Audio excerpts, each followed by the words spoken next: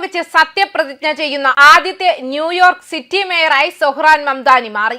പുതിയ mayor Zohran Mamdani നൂറ്റാണ്ടുകൾ പഴക്കമുള്ള ഖുറാൻ ഉപയോഗിച്ചായിരിക്കും സത്യപ്രതിജ്ഞ ചെയ്യുന്നത് എന്ന റിപ്പോർട്ടുകൾ പുറത്തു വന്നിരുന്നു.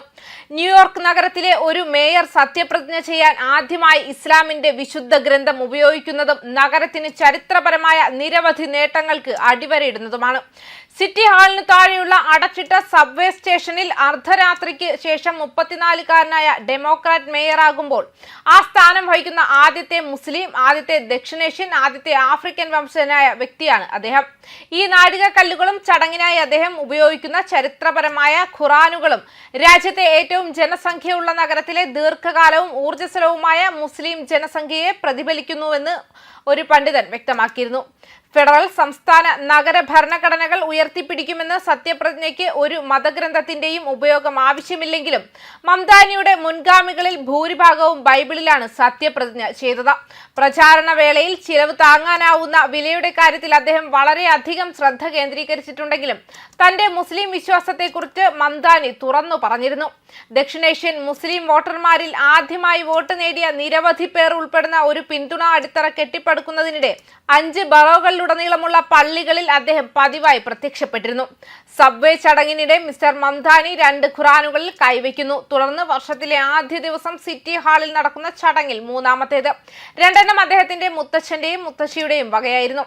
മൂന്നാമത്തേത് 18-ാം നൂറ്റാണ്ടിന്റെ അവസാനത്തിലോ 19-ാം നൂറ്റാണ്ടിന്റെ തുടക്കത്തിലോ ഉള്ള ഒരു പോക്കറ്റ് വലിപ്പത്തിലുള്ള കൈയെഴുത്തു പ്രതിയാണ്.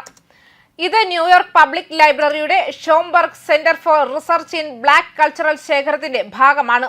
ആ ഖുറാൻ നഗരത്തിലെ മുസ്ലിങ്ങളുടെ വൈവിധ്യത്തെയും വ്യാപ്തിയെയും പ്രതീകപ്പെടുത്തുന്നുവെന്ന് ന്യൂയോർക്ക് പബ്ലിക് ലൈബ്രറിയിലെ middle eastern Islamic studies curator Hiba Abid വ്യക്തമാക്കി. ഇതൊരു ചെറിയ ഖുറാനാണ്, പക്ഷേ ന്യൂയോർക്ക് നഗര ചരിത്രത്തിലെ വിശ്വാസത്തിന്റെയും സ്വത്വത്തിന്റെയും ഘടകങ്ങൾ ഇത് ഒരുമിച്ച് കൊണ്ടുവരുന്നുവെന്നും ആബിദ് പറഞ്ഞു.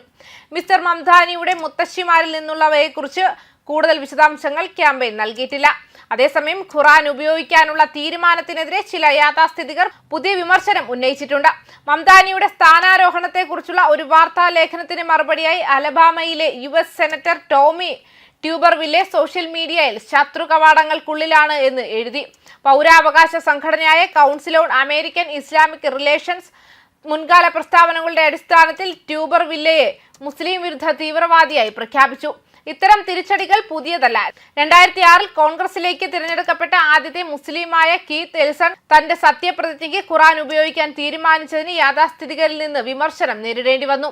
ഉദ്ഘാടനത്തിന് ശേഷം ന്യൂയോർക്ക് പബ്ലിക് ലൈബ്രറിയിൽ ഖുറാൻ പൊതു പ്രദർശനത്തിന് വയ്ക്കും. ചടങ്ങിനെ ചുറ്റിപ്പറ്റിയുള്ള ശ്രദ്ധ പിന്തുണയ്ക്കുന്നതോ വിമർശനാത്മകമോ ആകട്ടെ, കൂടുതൽ ആളുകളെ ന്യൂയോർക്കിലെ ഇസ്ലാമിക ജീവിതത്തെ രേഖപ്പെടുത്തുന്ന ലൈബ്രറിയുടെ ശേഖരങ്ങൾ പര്യവേക്ഷണം ചെയ്യാൻ പ്രേരിപ്പിക്കുമെന്നും ആബിദ് പ്രതീക്ഷിക്കുന്നു. 20-ാം നൂറ്റാണ്ടിന്റെ തുടക്കത്തിൽ നഗരത്തിൽ റെക്കോർഡ് ചെയ്ത് അർമേനിയൻ അറബി സംഗീതം മുതൽ സെപ്റ്റംബർ 11 ആക്രമണങ്ങൾക്ക് ശേഷമുള്ള ഇസ്ലാമോഫോബിയയുടെ നേരിട്ടുള്ള വിവരങ്ങൾ വരെ ഇതിൽ ഉൾപ്പെടുന്നു. സാധാരണ വായനക്കാർക്ക് ഉപയോഗിക്കാവുന്ന രീതിയിലായിരുന്നു ഈ കൈയെഴുത്ത് പ്രതി തയ്യാറാക്കിയത്. ഇന്ന് ആർക്കും ഇത് കാണാൻ കഴിയുന്ന ഒരു പൊതു ലൈബ്രറിയിലാണ് ഇത് സൂക്ഷിച്ചു വെച്ചിരിക്കുന്നതെന്നും വ്യക്തമാക്കിയിട്ടുണ്ട്. ന്യൂസ് ഡെസ്ക് കർമ്മ ന്യൂസ്.